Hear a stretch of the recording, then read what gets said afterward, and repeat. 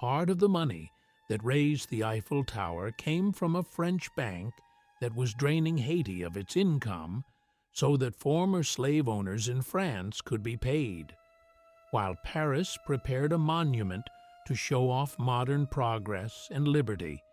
The same financial system was choking the life out of a black republic that had fought for its freedom. You are not taught that when you see the tower on postcards. You only see the shine, not the cost. But once you hear it, you may never look at this monument in the same way again. The Eiffel Tower looks like a simple story, a bold engineer, a world fair, a strange iron shape that became the symbol of a city. The real story is harder. It is filled with fights, insults, fear of collapse, secret loans, military experiments, suicides, and plans to tear the whole thing down. At many points, powerful people tried to stop it, drown it in scandal, or erase it from the skyline. Yet it survived, and it did not survive by luck alone. To understand how this happened, you have to go back to the late 1800s. Paris wanted a world fair for 1889, the 100-year anniversary of the French Revolution. The government wanted a centerpiece that would make other nations jealous. There was a contest for a structure taller than anything on Earth. Out of all the designs, one stood out, a 300-meter iron tower designed by the engineer Gustave Eiffel and his team. On paper, it looked insane. No one had ever built anything this tall in iron. Many experts said it would fall. Many artists said it would ruin the city. Some politicians feared it would be a huge waste of public money. You can imagine how this felt if you picture a giant metal skeleton planned right next to the heart of old Paris, close to stone churches and palaces that had stood for centuries. As the contest moved forward, a commission reviewed all the proposals. After months of study, it decided that the other plans were weak, vague, or impossible. Eiffel offered something else, a clear design, detailed calculations, and a promise to pay a large part of the cost himself in exchange for the right to run the tower and collect income from visitors for 20 years. On the surface, this sounded smart. The state would not pay the full price. But look a little deeper, and you start to see the other side. The money that backed Eiffel did not only come from fair business. One of the main banks that helped finance the tower was drawing interest and fees from loans forced on Haiti. Haiti was still paying an old debt to France, a debt created to compensate former slave owners for the freedom of enslaved people. So while the tower rose as a symbol of modern France, part of the cash that made it possible came from a country that had already bled for French wealth once. If you pause on that detail, you may feel the strange weight behind every photo of the tower lit up at night. Even before the first iron piece was bolted, the project was under attack. In February 1887, a text appeared on the front page of a major Paris newspaper. It was called A Protest Against the Tower of Monsieur Eiffel. It was signed by a group that called itself the Committee of 300, one signer for every planned meter of the tower. These were not random citizens. The list included some of the most famous writers, painters, composers, and architects in France. They called the tower a useless and monstrous structure. They said it would crush the beauty of Notre Dame, the Sainte-Chapelle, the Louvre, and the Arc de Triomphe. They warned that the skyline of Paris would be ruined by a huge black iron chimney. They were not only angry, they were insulted. For centuries, architecture in France had been shaped by artists, not engineers. Now an engineer was about to raise the tallest structure on Earth on the main public field of Paris. Many people felt that the soul of the city was being handed over to machines and industry. You may notice how similar this sounds to arguments you hear today whenever a new modern project hits an old city. Opposition did not stop the work. On the Champ de Mars, workers started to dig the foundations of the four legs. The site was muddy and cold. Cranes and temporary scaffolds rose around the pits. Many Parisians watched with a mix of shock and curiosity as huge iron pieces were brought by horse and cart and lifted into place. There were real safety fears. At the time, there were almost no rules for building at such extreme height. The risk of collapse was real. Engineers had to invent new ways to calculate wind pressure and weight. Rivets had to be placed with extreme care. To calm the public, Eiffel ordered strict safety measures. Movable platforms and guardrails followed the workers upward. The design of each piece was so precise that only one worker died on site, a low number for such a dangerous project in that era. Still, from the ground, many could not believe that a 300-meter iron skeleton would stand through storms. Some people avoided walking under the half-built structure. Some told their children that if they went near it, it could fall on them. You can imagine how it felt to stand in the shadow of something that looked like a giant unfinished bridge standing on its end. By 1889, the tower was finished in time for the fair. It was taller than any building on Earth. Visitors lined up to climb it. Not everyone came to admire it. Some came out of anger just to see the thing they had insulted for 2 years. Yet once they reached the first or second platform and looked out over Paris, many critics were stunned into silence. Even many of the old enemies of the tower slowly changed their minds, but the scandal was not over. For all its success, the tower was born with an expiration date. Eiffel had a permit for the structure to stand for 20 years. After that, ownership would pass to the city, and the plan, written in the contest rules, was that the tower would be easy to take down. The idea of tearing it down sounds insane now, but at the time, it made sense to many officials. The fair was over. The tower was costly to maintain. The iron needed constant paint to fight rust. If the structure had stayed useless, it would probably have been removed in 1909. Paris almost lost its now famous landmark. Eiffel saw this danger coming. His reputation had already taken a hit because of another scandal far away from Paris. He had worked on lock designs for the French effort to build a canal in Panama. That project collapsed in fraud and lawsuits. Eiffel was dragged into court, convicted in the first trial, and only later cleared on appeal. His name was now tied not only to bold engineering, but also to one of the largest corruption scandals of the century. If the tower he had built was torn down on top of that, his legacy would be little more than a story of ambition and disgrace. So he made the tower useful, very useful. Eiffel invited scientists to use the tower as a laboratory. They hung instruments from the structure to study wind, air pressure, and even new ideas about radio waves. In the late 1890s, early radio pioneers used the tower as an antenna for wireless telegraphy.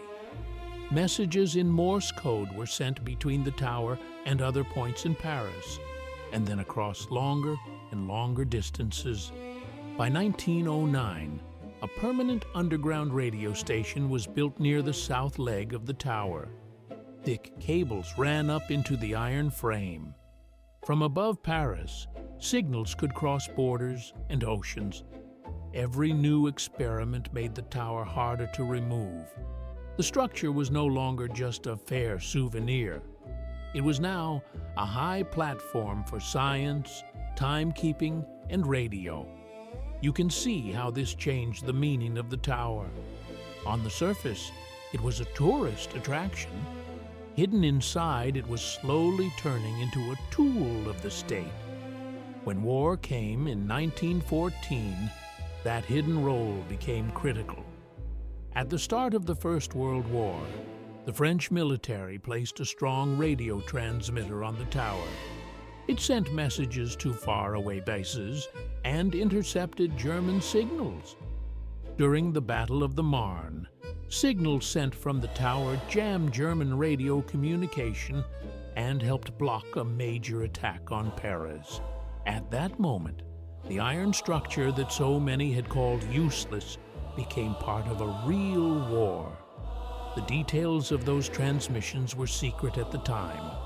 Officers in small rooms under the tower listened, decoded, and sent orders. The public who strolled nearby in the Champ de Mars had no idea that the strange structure above them was shaping movements of troops many miles away. You may feel a shift here. The tower was no longer just a symbol. It had become a part of the nervous system of the French army. Between the wars, the tower kept its double life. It was a tourist site by day, an antenna by night. Radio stations used it to broadcast programs and news. Scientists used it for tests that helped push forward communication technology. When you hear about cosmic rays today, you rarely hear that early measurements of them were taken using instruments on the tower. During the Second World War, Germany occupied Paris. Adolf Hitler visited the city and wanted to climb the tower, but the French had cut the lift cables, so any visitor from the new regime would have to climb the stairs by foot. At the same time, the structure remained valuable as a communication point. Some details of how German and later Allied forces used the tower for signals are still scattered in military files and technical logs. What is clear is that the iron shape on the skyline was not neutral. It carried messages during air raids, attacks, and retreats. When you see old photos of flags on the tower in wartime, you may imagine that it was just a symbol. In truth, it was also a tool. Not all the dark stories linked to the Eiffel Tower came from war or politics. Some came from the way it called to people who stood at the edge of hope. From the early 20th century through the second half of the century, the tower became a known site for suicide.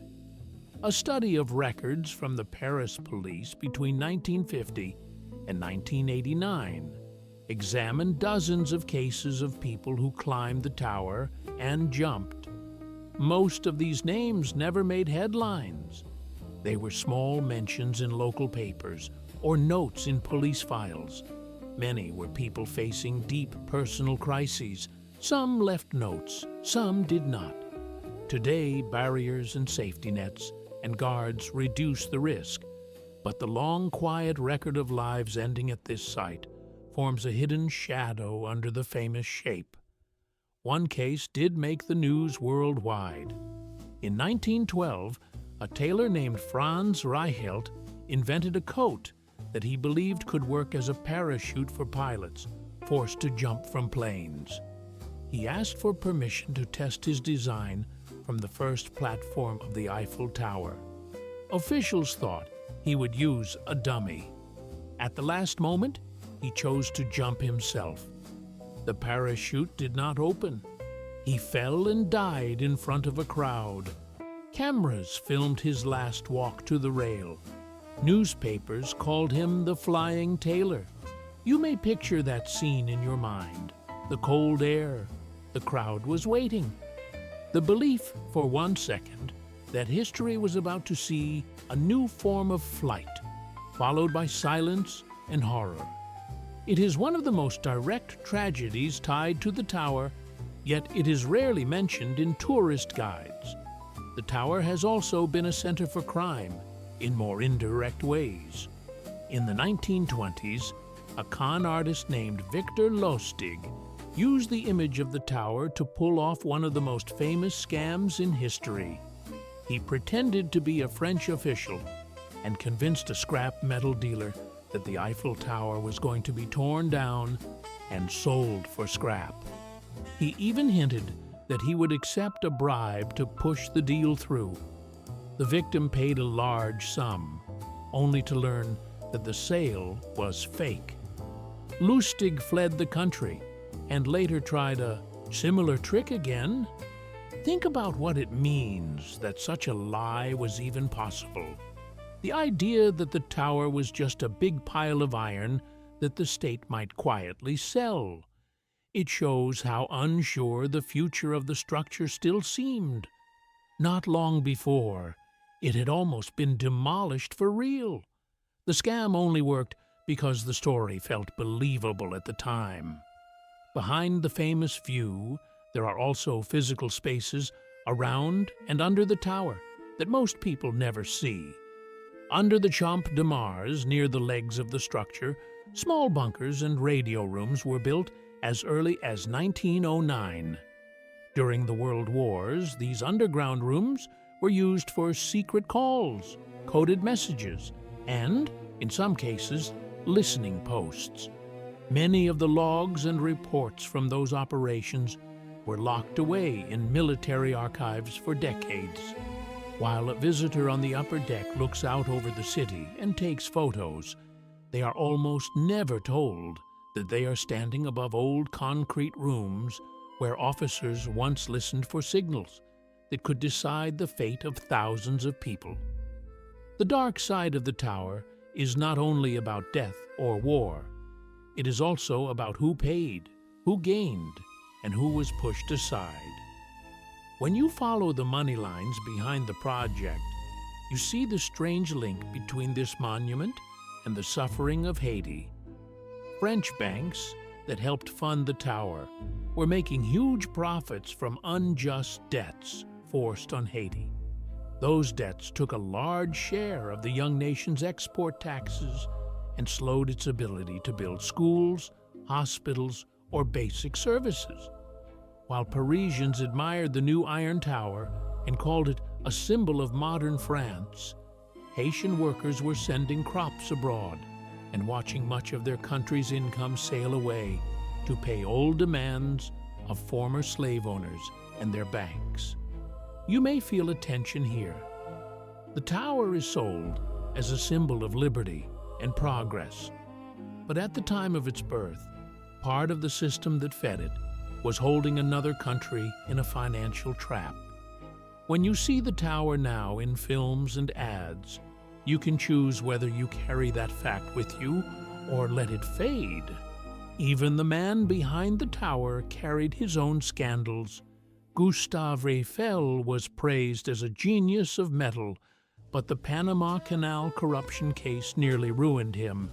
In that project, funds were raised from small investors with false promises. Parliament members were accused of taking bribes.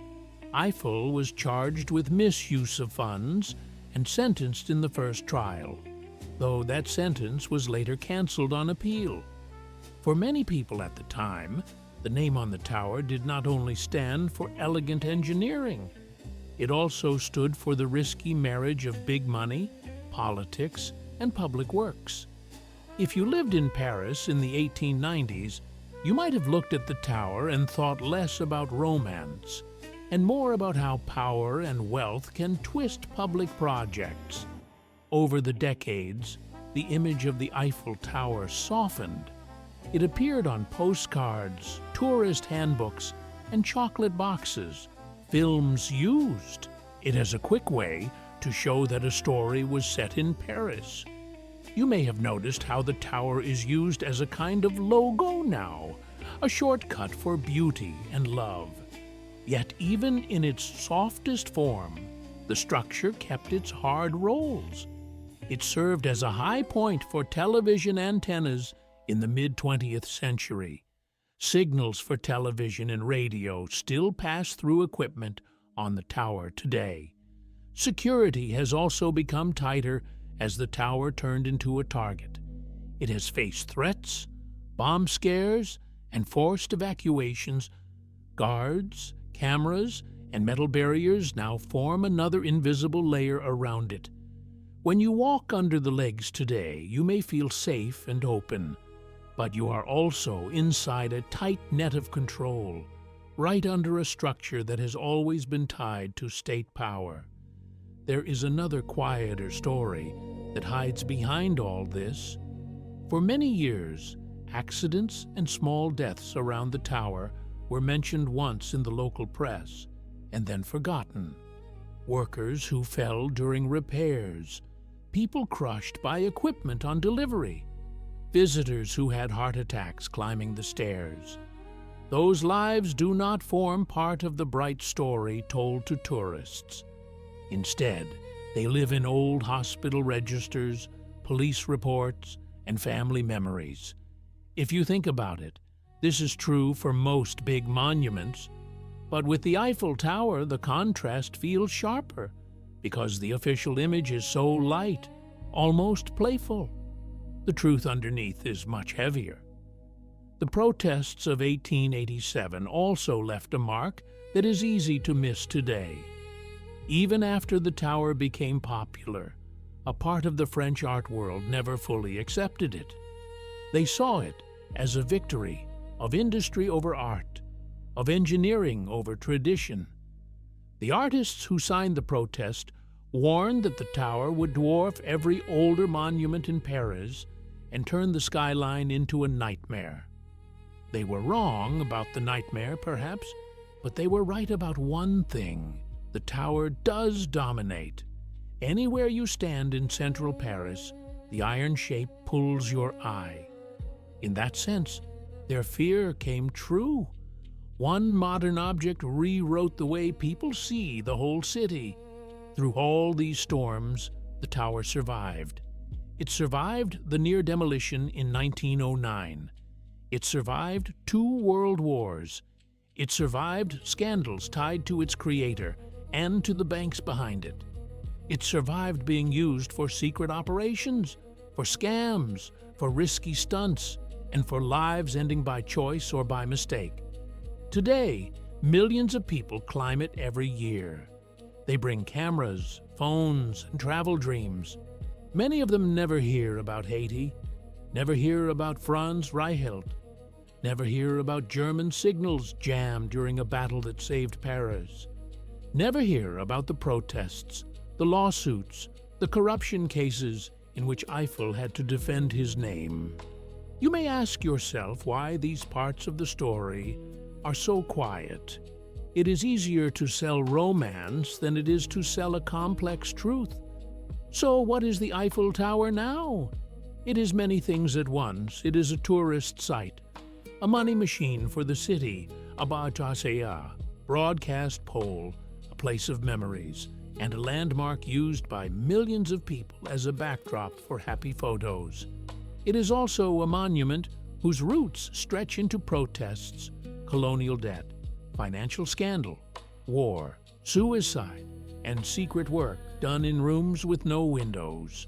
When you see it next time in person or in an image, you can choose how to look at it. You can see only the lights and the clean lines, or you can remember the letters that called it a disgrace, the financial webs that tied it to suffering far away, the radios that called out orders in the middle of a night battle, the man who stepped off the first platform in a homemade parachute, the people who climbed the railing and did not come back, the hidden bunkers under your feet. This does not make the tower less impressive. In a way, it makes it more real. It is not a fairy tale object. It is a human structure born from will, money, conflict, and risk. It carries the marks of its time and of every time since. The next time you see the Eiffel Tower shining in the dark, you may feel something new. You may sense the weight behind the beauty. You may understand that Paris did not really hide this story. It simply let the bright side of the tower speak louder. Now that you know the other side, the choice of what to hear is yours.